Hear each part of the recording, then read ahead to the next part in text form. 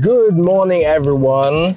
Today we talk about two movies that are both in the most extreme part of what I like and dislike. So we talk about Civil War and Deadpool and Wolverine in this episode of the Ismono Commute. First and foremost, please keep in mind, always drive safe. Do not text and drive.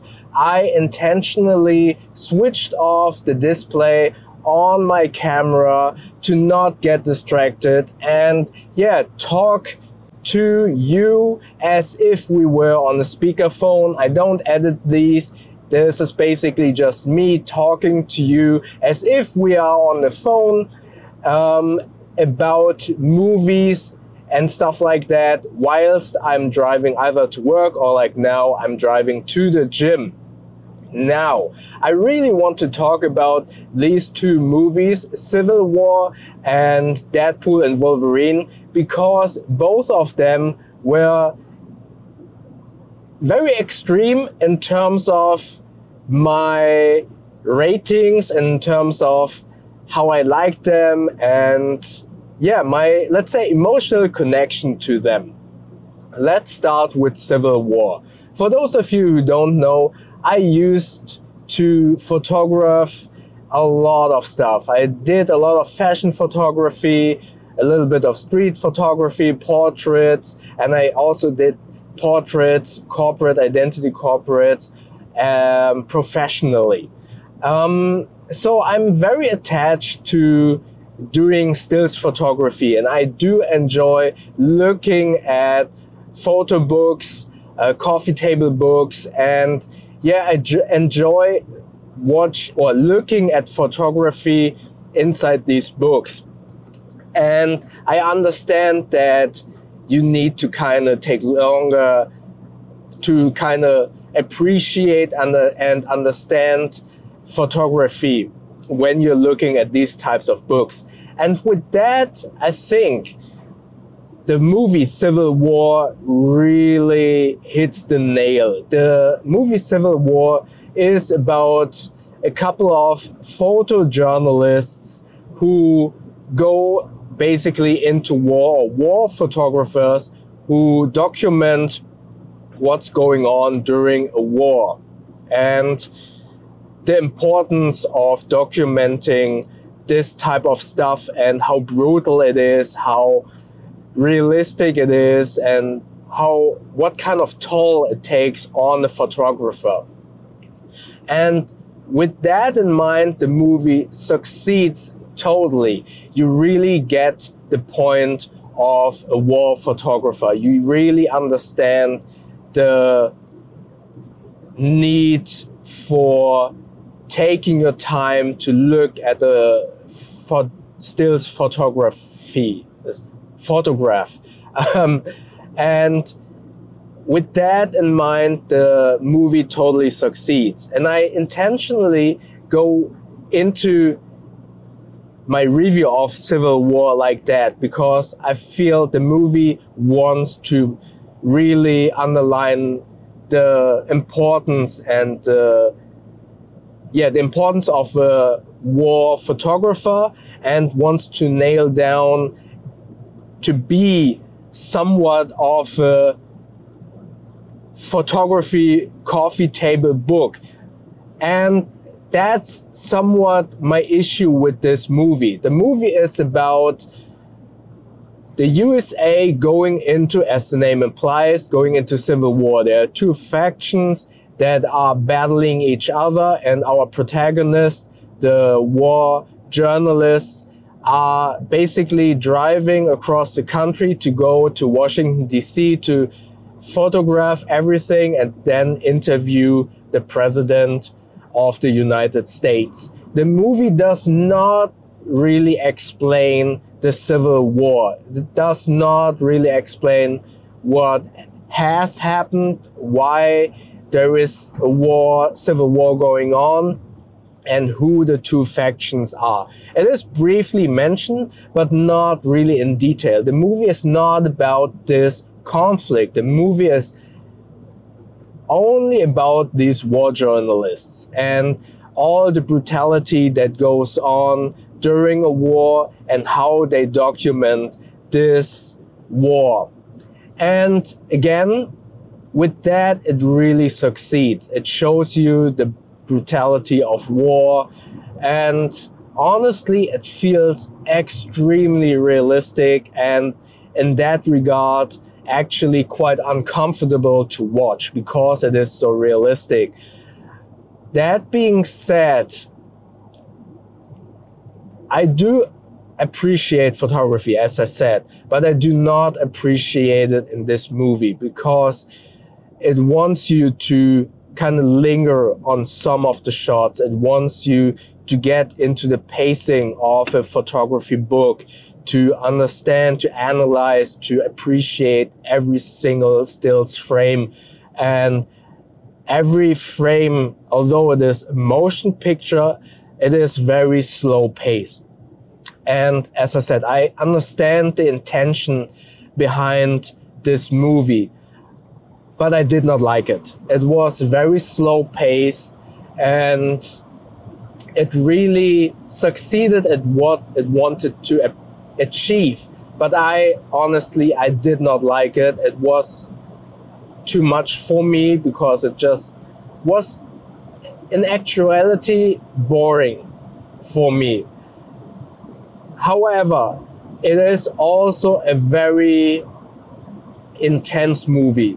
As I said, it really shows you the brutality of civil war. And that's also something I really did not enjoy. The world as it is, in my humble opinion, is really fucked up at the moment. In Europe, we have a couple of wars going on, 2 major wars, and whenever I switch on a movie, I know that is probably not the right way to do it, but I kind of want to escape from the reality that we, at least in Europe, are currently living in. I just don't want to be confronted during my free time where I kind of want to be entertained. I don't want to be confronted by the reality of war. I already watch news. I'm informed myself. So I am already confronted with everything that is going on in the world. So when I'm intentionally switching on a movie to kind of get away from everything, and then I'm confronted with the harsh reality, with very slow pacing that to me wasn't entertaining, and that also at the end left way too many questions about the story. Yeah, left me very disappointed.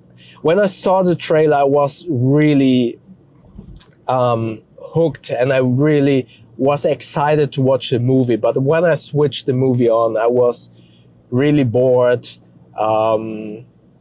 I was brought back to reality, and yeah, I did not enjoy this movie. Again, I applaud the director and everyone involved for making this movie and actually achieving what I believe they wanted to achieve, meaning making, let's say, coffee table photography, war journalist book in movie form, but the story was really lackluster for me, and I was not entertained. I did not enjoy this movie. Now, on the flip side, as I said, I want to switch on. If I intentionally switch on the movie and I want to be entertained, I switched on, or I went to the movie with my wife to watch Deadpool and Wolverine. And this is the whole different side of a movie spectrum. It is purely entertainment. It is popcorn movie. It is action. It is, yeah, for the lack of a better word, compared to Civil War, it is shallow because it doesn't kind of approach any important topics in the world. But I'm totally okay with that, and I like that. as I said, I watch a lot of news. I'm informed about what's going on. And when I'm switching on a movie, I want to escape the reality. And this movie really did that for me. I am a huge fan of comics and I really like Marvel. Wolverine is one of my favorite comic book characters.